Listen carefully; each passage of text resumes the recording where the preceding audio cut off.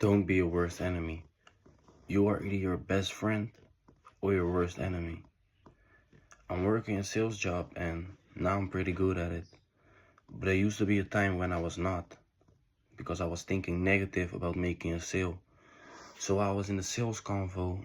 What I would do was I would do slight things that basically gave the prospect, the person that I was trying to sell something, I basically give them small things to not like me or just not trust me overall, because it's small things, right? You can maybe do something with your eyes like this and the prospect will be like, I don't know about this dude. Is something off with him, right? And I would do all those small things basically that would make the prospect turn me down. And it came in a lot of ways. Sometimes I flipped my words, said the wrong things, right? But it was all because of me having fears and things about making a sale. But when the people walked off, I would say with a genuine big smile, thank you for your time. And, you know, that was basically my entire way of working for a long time. I was scared of being confident, scared of leading the conversation, scared of influencing people. And I remember working with my colleague and he always told me, show more enthusiasm, more enthusiasm, more enthusiasm, because that's it all comes down to. If you're not enthusiastic about it, why would the other person be enthusiastic about it? And I would just not do it.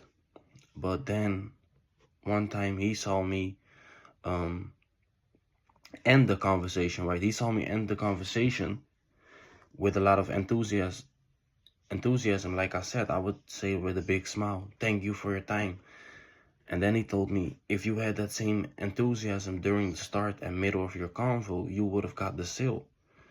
But I was only happy once the prospect turned me down, because it was basically a confirmation of me not viewing myself worthy for the sale. So I I did not show that enthusiasm in the start and the middle of the conversation, simply because I was not comfortable enough with making a sale.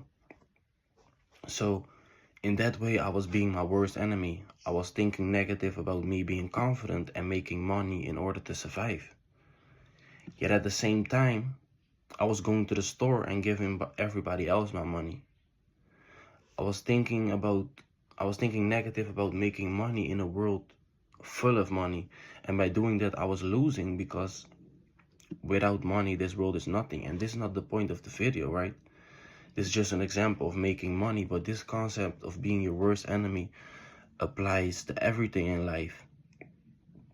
You really must know if you want something, because I was basically hustling backwards because I thought that I was going out there to make sales and things like that. But deep down, I was just looking for confirmations of the negative self view that I had, right? So when people told me that when people told me that they don't want to buy from me something, I had that sense of validation, like, oh yeah, I'm probably too traumatized to do this job, or, I'm not thinking positive enough to do this job, things like that, right? And I would get some sense of validation from those thoughts, because it was a reason for me to not succeed, because succeeding in that case meant for me to do something that was so uncomfortable for me. And in that way, I was being my worst enemy, right? So those stories that I would tell myself, like, yeah, I cannot do it, too traumatized for it, right? They fed my inner baby. That's what I call it. And you need to become aware of your inner baby as well. If you notice that you're also your own worst enemy, right? The inner baby is the you that deep down likes to feel like a victim.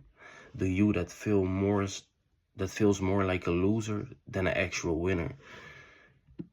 Because you probably went through 100 failures in your life, and now you're just thinking like, yeah, it would be only right if this would be failure 101, because that's also something. It goes for both sides, right? You only need to lose long enough and you will really associate yourself with losing, and then that will reflect, and you will unconsciously sabotage basically everything that you're doing because only losing feels right for you. So you're trying to make sales, but deep down, you're just trying to lose. You're just trying to basically not succeed. So eventually failure will feel more known and comfortable than winning. And that's why you really need to snap out of this, because it can, if you stay on this path for too long, and if you continue to be your worst enemy for too long, you know, you can ruin your life. That's basically how people ruin their life. They stay in the negative self-view and in that negative cycle simply for too long. And that's why you need to get to know your inner baby, right? The part of you that, you know, associated losing and not winning with yourself, right? That part of you need to find out for yourself what caused it. And to do that, you need to ask yourself, what are the experiences that programmed you to view yourself as a loser and not worthy to win, right? And you need to write those things out, become aware of the experiences that shaped you. Oftentimes these things happened when we were young, so we lose track of how big of an impact those things actually have. But writing them out will give us a lot of clarity about how we actually feel about them. And once you've done that, you need to make the choice that failure is no longer what you want. But like I've said, at first you really need to become conscious of the things that made you view yourself like a loser. And once you've made the choice that failure is no longer what you want, then you need to put actions behind those words. And we do that by not making ourselves smaller than we are, because that's basically the whole point of the video. Like I said, I was having a sales conversation. I was doing small things for people to not like me. And that's basically making yourself smaller than you are, because, you know, everybody has the potential to just be a confident, strong person.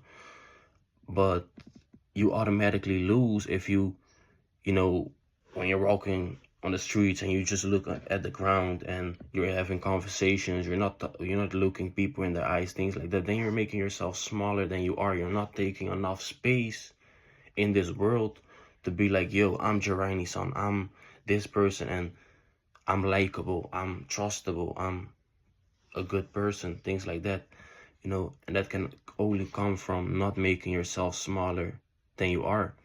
And again, that's why it's so important to know for yourself what caused you to make yourself small in the first place. And that's where the negative experiences that you went through come from.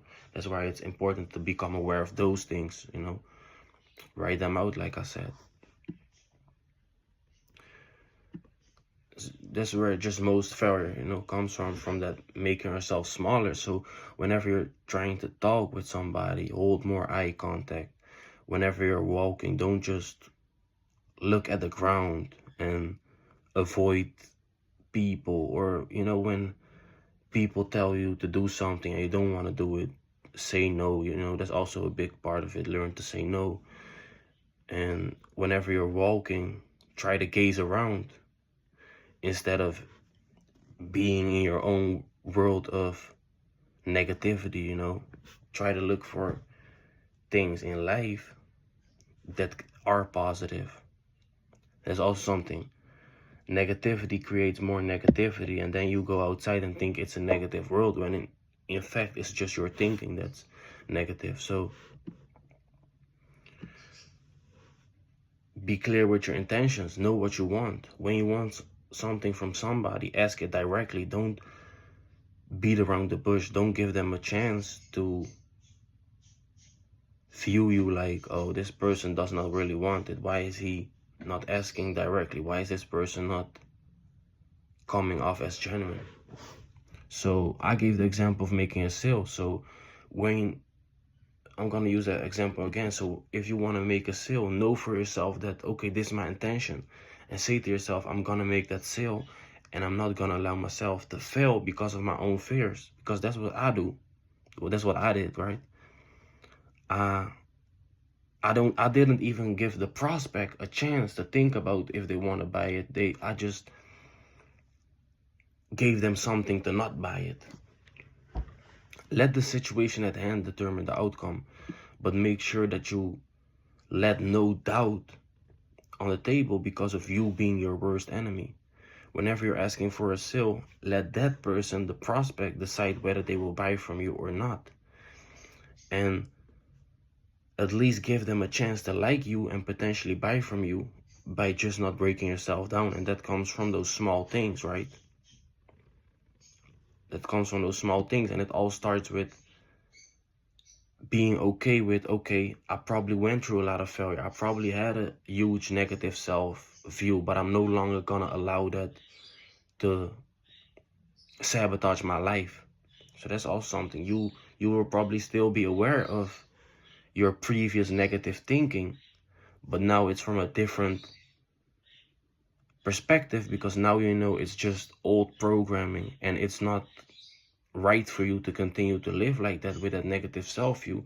So you know you will no longer break yourself down. So whenever it feels unright to be direct and ask for the sale and influence people or whatever, right?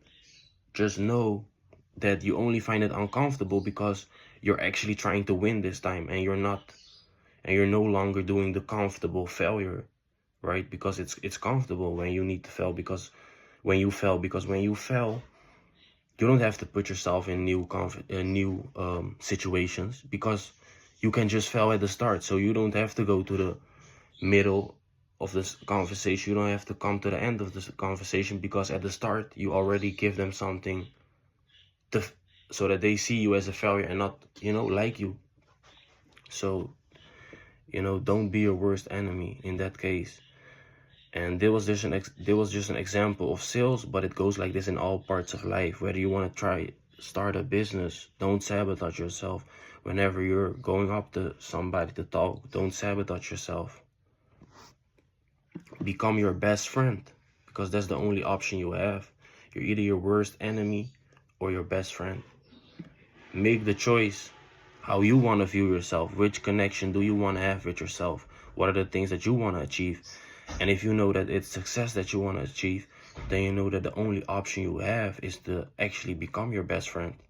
So that's the only logical thing left for you on the table. And it's up to you to work on that. And it all starts with becoming aware of, okay, what made me actually view myself as a failure.